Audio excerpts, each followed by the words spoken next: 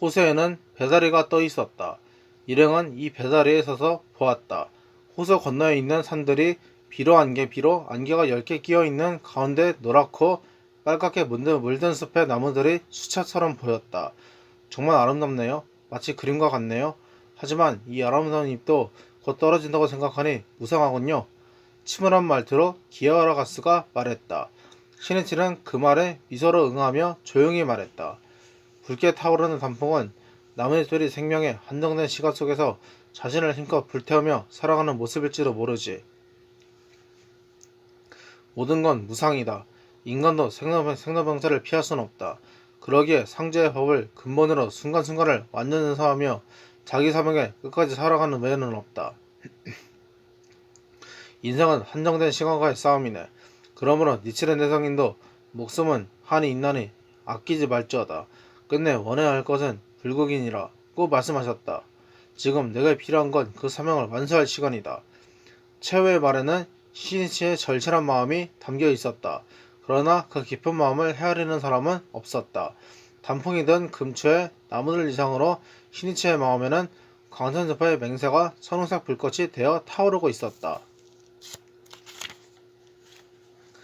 일행이 호텔로 돌아간 것은 저녁 무렵이었다. 밤이 되자 전날 자담회에서 임명된 신임 간부들이 찾아왔다. 신이치를 중심으로 앞으로 지구의 건설을 어떻게 하는가를 협의했다. 신이치의 열은 여전히 내리지 않아 몸이 몹시 나른했다. 그러나 그는 그런 모습을 조금도 내비치지 않았다. 열 때문에 붉어진 얼굴조차 멤버들은 헬스가 좋다고만 생각했다. 신이치는 광포에 대한 강한 확신으로 들끓는 열렬한 기백으로 시애틀 지구의 희망찬 미래를 말했다. 저담에 참석할 수 없었던 만큼 전 혼을 기울여 지도에 임했던 것이다. 동지의 가슴은 약동하고 꿈은 커져만 갔다. 이야기는 심야까지 이어져 모두 돌아갔을 때의 신이치는 샤워할 힘도 없었다. 그러나 다음날 새벽 5시 30분에는 다음 목적지인 시카고를 향해 호텔을 출발했다. 이른 아침인데도 공항에는 10여 명의 동지가 배웅하러 나와 있었다. 출발 전까지의 짧은 시간도 신이치는 법과 대화를 나누는데 여념이 없었다. 바르디 게스트는 그에게는 휴식이 가장 필요했다. 그러나 그의 머리에는 영원한 광포의 길을 열기 위해 지금 마주한 것을 전력으로 격려하는 외에는 없었다. 시카고행 비행기의 출발 예정 시간은 오전 7시였다. 신이치는 탑승하기 직전까지 격려를 계속했다. 그리고 대합실 소파에서 일어서는 순간 그의 몸이 휘청거렸다. 모두 놀라 숨을 삼켰다. 여러분, 배웅해줘 감사합니다. 그만합시다. 그럼 건강하게. 그러나 신이치는 아무렇지도 않은 듯 오는 얼굴로 이렇게 말하고는 동행 간부와 함께 빠른 걸음으로 탑승 게이트로 사라졌다. 선생님은 병 있으신 게 아닐까? 한 부인이 중얼거렸다. 모두 안색이 변했다. 병마와 격투하며 게스트는 신이치의 격려는 시애틀 동지의 혼을 세차게 뒤흔들어 홍기의 파도는 급속도로 높아졌다. 그리고 2년 반 후인 1963년 3월 해외 최초의 수계가 이 시애틀에서도 실시되었던 것이다. 그때 파견된 자가 훗날 1년 정종 제67세 법주 니켄인 종문의 규약부장 아베 신노였다. 그곳에서 그가 어떤 행위를 했는지는 머지않아 후세 역사가 증명할 것이다. 야마모토 신이치 일행이 탄 시카고행 비행기는 좀처럼 이룩하지 않았다. 계기의 고장으로 출발이 대폭 지연되고 있다는 기내 방송이 전해졌다. 결국 비행기는 오전 8시 반이 지나서야 이륙했다. 일행이 시카고의 미드웨이 공항에 도착한 것은 예정보다 1시간 반 정도가 연착된 현지 시간으로 오후 5시가 넘어서였다. 신이치 일행이 공항 로비로 향하자 힘찬 노래소리가 흘러나왔다.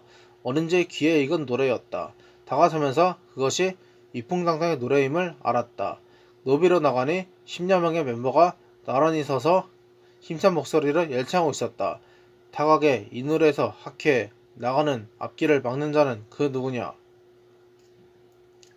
미국 땅에서 듣는 그리운 라켓가에 일행의 가슴이 뜨거워졌다.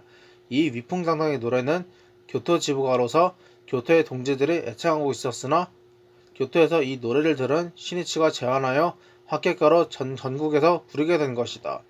멤버들 앞에서 와이셔츠 차림으로 주먹을 쥐고 의기양양하게 지휘를 하는 것은 일본의 남자부 간부인 아오타 스스무였다. 주저 기요시가 외쳤다. 아니, 아오타군이 아닌가? 뉴욕에 오기로 하지 않았는가? 아오타 스스무는 대학부 시절에 도쿄대학 법학의 연구회 멤버로서 도사스세이한테 직접 훈련받는 기회를 가졌으며 대학 졸업 후에 석유회사에 취직했다. 그리고 7월 말부터 3개월 예정으로 석유화학 장치를 설계하고자 미국으로 파견되었다. 그는 미국에 체제하는 동안 야마모토 회장의 역사적인 미국 지도가 실시된다는 것을 생각하며 가슴 설레었다. 아오타는 선발대라는 자각으로 동지들의 격려로 바쁘게 뛰어다녔다. 그는 광산스파의 리더 시니치의 제자로서 멤버와 함께 홍계의 물결을 일으켜 회장 일행을 맞이하겠다는 결의를 했다. 뉴저지주에 체제하고 있던 아오타는 당초에는 뉴욕에서 회장 일행을 맞이할 예정이었다. 그런데 일행이 시카고에 도착하는 10월 8일이 토요일 휴무였기에 그는 용기를 내어 시카고로 달렸던 것이다. 아오타는 정오 전에 공항에 도착하여 시카고의 연락 중심자인 미야코 콜맨 댁을 방문했다. 거기에는 이미 일본계 여성 몇 명이 모여 있었다. 켄터키주에서 버스로 11시간이나 걸려 달려온 멤버들이었다. 동지가 모이자 자연히 자담의 꽃이 피었다. 아오타를 둘러싼 멤버들은 어떤 심정으로 이날을 맞이했는지를 서로 말하기 시작했다. 한 부인은 끼니를 거를 정도의 빈곤한 생활 속에서 끝까지 기원하여 마침내 남편의 순항을 받고 $30의 여비를 얻어 즐거운 마음으로 달렸다고 한다. $30면 당시 한 달치 식비에 달하는 금액이었다. 그렇지만 우리들의 회장인 야마모토 선생님을 처음으로 뵀었다고 생각하니 너무 기뻐. 부인은 감격의 눈물을 흘리며 말을 잇지 못했다. 들어보니 모두 신심에 대한 가족들의 오리해와 생활고 속에서 이날을 유일한 희망으로 여기며 고생을 견뎌왔던 것이다. 아오타는 그 모습에 깊은 감동을 느꼈다. 잠시 후 공항으로 마중 나갈 시간이 되었다. 아오타가 전화로 도착 시간을 확인하니 비행기는 1시간만 정도 연착된다는 것이었다. 여러분, 어렵게 이렇게 모였으니 이 기회에 합격과를 익혀 결의의 합창으로 선생을 맞이하지 않겠습니까? 아오타는 제안했다. 그리고 그가 가르친 합격과가 위풍당당의 노래였다. 미국 광고에 활력을 주는 나는 이 노래가 가장 잘 어울린다고 생각했기 때문이다. 아오타 일행이 공항에 도착하자 10여 명의 멤버가 모여 있었다. 거기서도 노래를 연습했다. 미드웨이 공항에 울려 퍼진 노랫소리는 벗들에 솟구치는 환희의 선율이었으며 맹세의 곡이었다. 시니치는 열창하는 멤버를 앞까지 오자 자신도 노랫소리에 맞추어 주먹을 쥐고 허리 가까이에서 팔을 아래로 휘두르며 박자를 맞추었다. 멤버들의 목소리에 한층 더 힘이 들어갔다. 오늘 다시 내일 또다시 절복에 행군 나아가면 피는 끓어오른다. 보기에 따라 그것은 이상한 광경이었을지도 모른다. 그러나 시니치는 무엇보다도 벗들의 씩씩한 그 마음에 보답하고 싶었다. 그는 누구보다도 고생하는 사람과 마음을 함께 나누는 리더였다. 열창에 담긴 멤버들의 무량한 마음이 시니치에게는 아플 정도로 느껴졌다. 의지할 벗도 없이 고독에 시달리고 생활과 싸우면서 스스로를 분기시켜 신심을 불태우며 이날을 기다렸던 게 분명하다. 노래가 끝나자 칭찬과 감사의 마음으로 시니치는 말했다. 정성 어린 합창 고맙습니다. 그러나 그때까지 눈물을 참고 있던 멤버가 소리내어 울기 시작했다. 이 뜨거운 감격의 눈물을 흘리기까지 얼마나 차릿한 인고의 눈물을 흘렸을까. 괜찮아요. 이젠 괜찮아요. 여러분은 승리했습니다. 그리고 여기에 모이셨습니다. 내가 온 이상 걱정할 건 하나도 없습니다. 자, 출발합시다. 상쾌하게 희망의 인생을 향해. 마음 어자에 스며드는 용기를 불러일으키는 말이었다. 만남의 감동이 일으키는 여운을 벗들의 가슴 깊이 남기고 시니치는 호텔로 향했다. 공교롭게도 도로는 러시아어로 정체되고 있었다. 호텔에 도착한 것은 오후 7시 가까이였다. 이날은 7시부터 자담회가 예정되어 있었다. 서둘러 체크인을 하려고 하자 뜻하지 않은 문제에 부딪혔다. 호텔에서는 예약되지 않았다는 것이다. 여행사의 착오인지 호텔 측의 잘못인지 알 수 없으나 프런트 담당자는 예약되지 않으면 숙박지 식사가 없다고 한다. 마스키 나가야스가 입시음을 하기 시작했다. 이미 시간은 7시를 지나고 있었다. 일단 부인부장 기어하러 갔어. 기획부장 야마다이라 추에이 그리고 아오사 스스무가 자담의 장소로 가기로 했다. 겨우 방을 모두 확보했을 때에는 이미 1시간이 경과하고 있었다.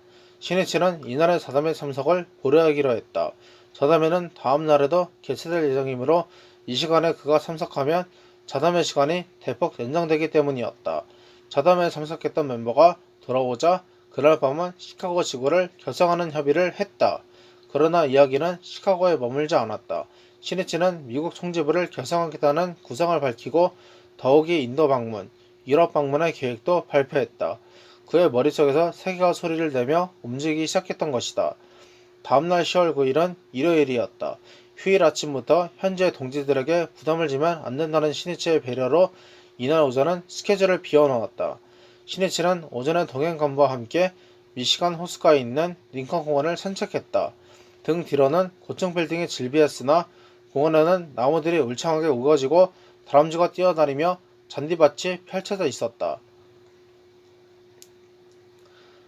광장에는 아이들 몇 명이 공을 차며 놀고 있었다.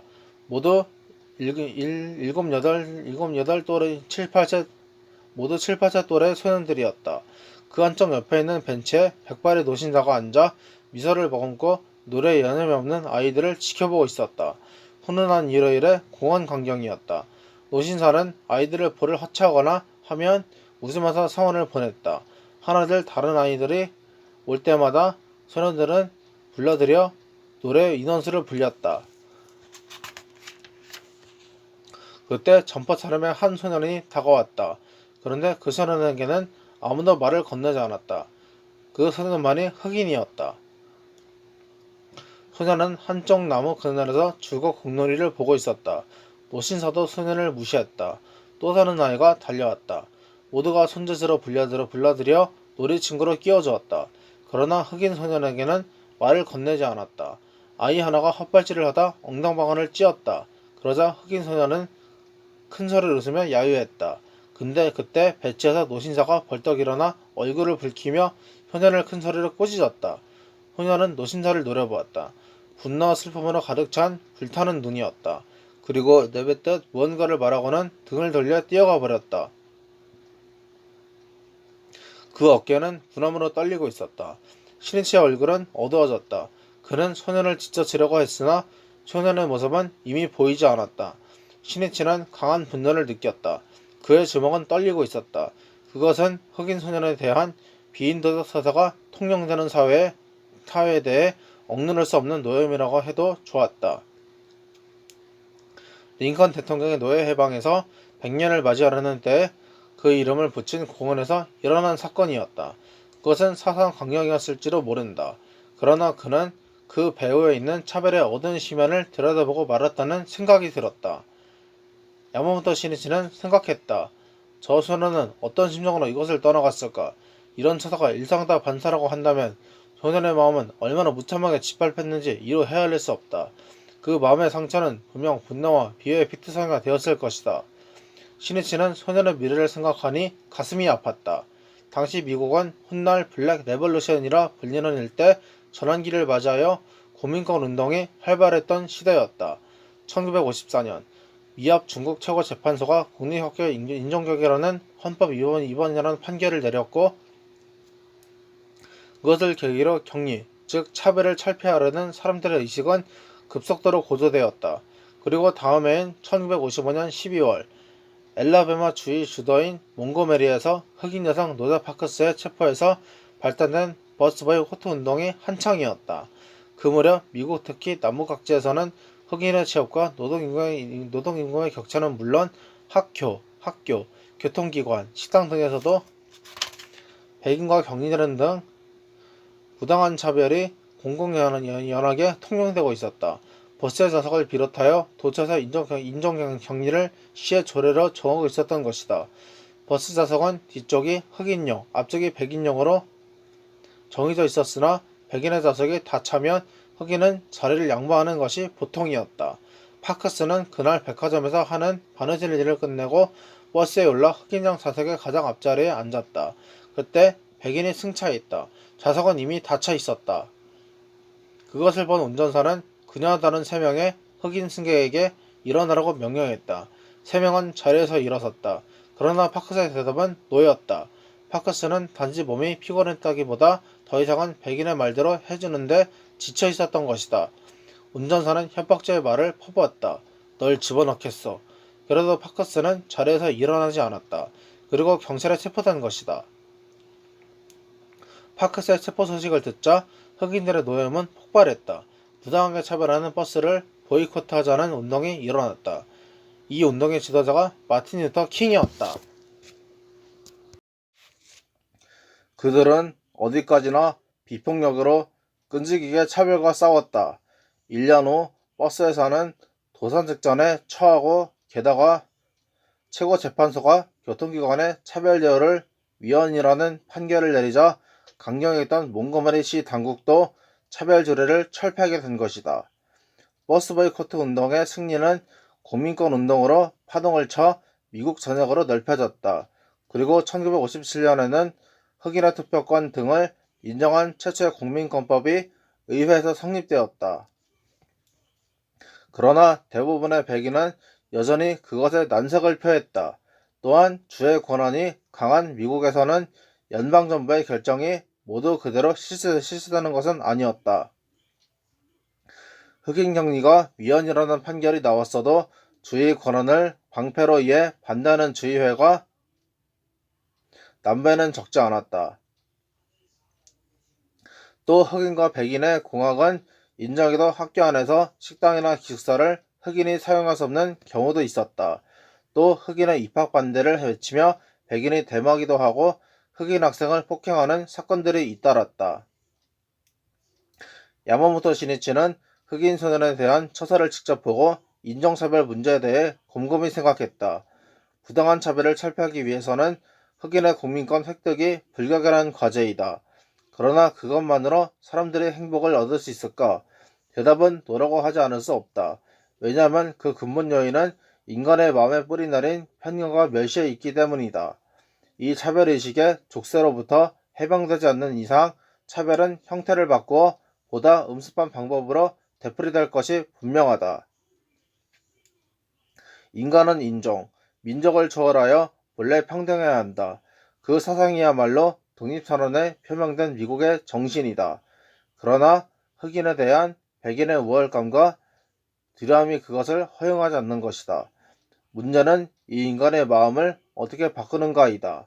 모두 불자, 모두 보탑이라고 만인의 존엄과 평등을 설한 니스렌 대성인 불법에 인간관을 한 사람 한 사람의 흉중에 확립시키는 것이다.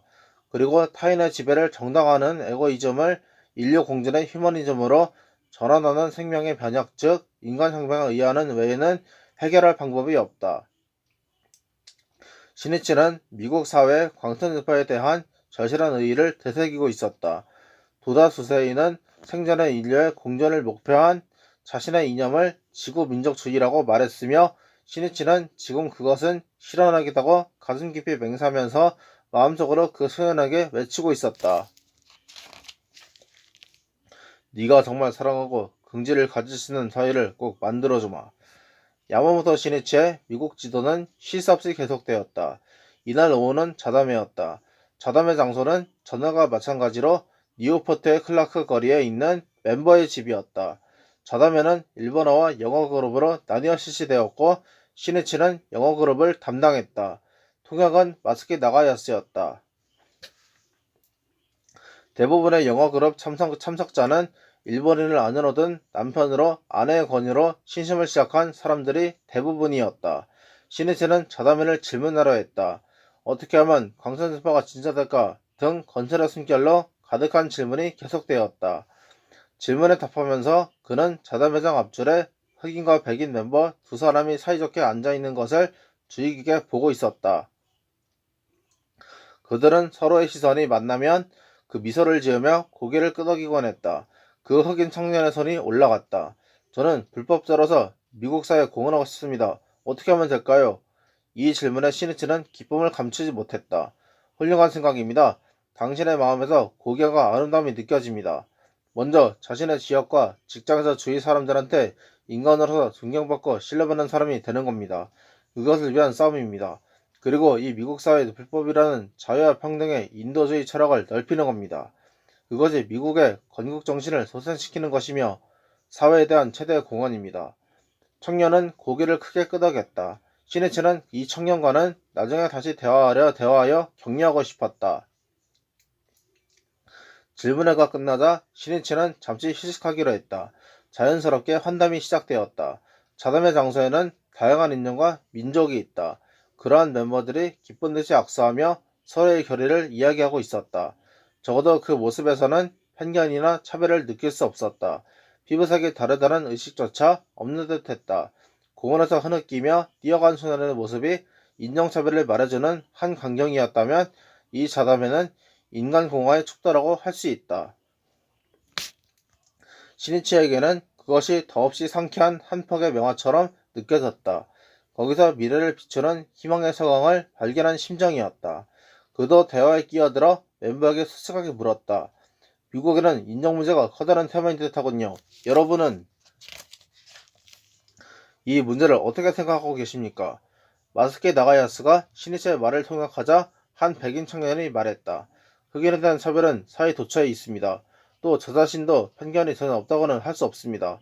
그러나 신심을 시작하고 여러 사람과 접하며 함께 활동하는 가운데 피부색은 달라도 우리들은 함께 광선접하는 동짐을 느끼게 되었습니다. 그렇으니까 중요한 일입니다. 한마디로 인류라이도 다양합니다. 인종, 민족, 언어, 문화, 국적 모두 다릅니다. 또 똑같은 얼굴이 없듯이 출생을 비롯하여 직업, 지위, 가치관, 취향 모두 각기 다릅니다. 이 다양성 위에 성립된 것이 인간 사회이며 불법에서 말하는 세간입니다. 그러나 인간은 걸핏하면 그 차이에 집착하여 사람과 사람을 갈라 차별해왔습니다. 본래 하나여야 할 인간이 차이를 고집하여 분단을 거듭하며 끊임없는 항쟁을 되풀이해온 것이 인간의 역사라 해도 좋습니다. 대성간의 불법은 그 분단된 인간과 인간의 마음을 맺어주는 인류 통합의 원리입니다.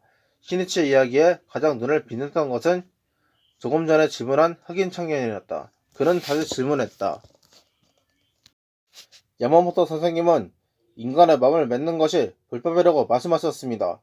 사람과 사람의 관계를 불법에서는 어떻게 서려고 있는지요? 좋은 질문입니다. 불법의 기본에는 연기라는 사고가 있습니다. 이것은 연에 의해 일어나는 것으로 모든 현상은 여러 원인과 조건이 서로 관계하여 생겨나는 의미입니다. 즉 어떤 사물도 홀로 존재할 수 있는 것은 없으며 모든 것은 서로 의존하고 영향을 주면서 성립한다고 불법에서는 설합니다. 마찬가지로 인간도 홀로 존재하는 것이 아닙니다. 서로 모여 도와주면서 살아가는 것이라고 가르칩니다. 이러한 발상에서는 남을 배척하려는 생각은 생겨나지 않습니다. 오히려 타인을 어떻게 살리는가, 보다 좋은 인간관계를 어떻게 만들고 어떻게 같이 창조하는가 하는 가치관에 서게 됩니다. 질문한 청년은 끄덕이며 마음속의 생각을 토해내듯 이야기하기 시작했다. 심심하기 전에 제게는 아무래도 자기의 뿌리에 대한 집착이 있었습니다. 저희들 흑인은 백인에 의해 독일 노예로 미국에 끌려왔다는 생각을 떨칠 수 없었기 때문입니다. 그 의식은 백인들에게도 분명히 있을 겁니다. 이전에 노예였던 인간을 대등하게 대우하기는 싫다. 자신들과 똑같이 모든 권리를 부여하고 싶지 않다는 의식입니다.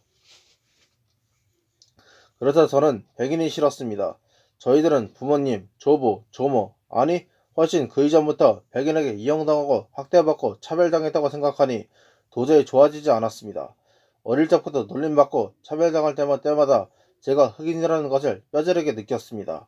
제 몸에 흐르는 피를 원망스럽게 생각한 적도 한두 번이 아니었습니다. 그러나 학교에서는 모두 차별하지 않고 저를 대하고 따뜻하게 격려했습니다. 마치 인정 문제는 하찮은 것이라고 말하듯이 그때 전 이타의 마음을 접한 겁니다. 그리고 지금 선생님이 말씀하신 대로 피부색의 차이에 제 자신의 얽매여 있었다는 것을 깨달았습니다. 시니치는 미소 지으며 말했다. 그렇습니까? 당신이 자신의 뿌리에 집착했던 심정은 잘 알고 있습니다. 그러나 불법에서는 우리들을 모두 지형의 보살이라고 가르치고 있습니다.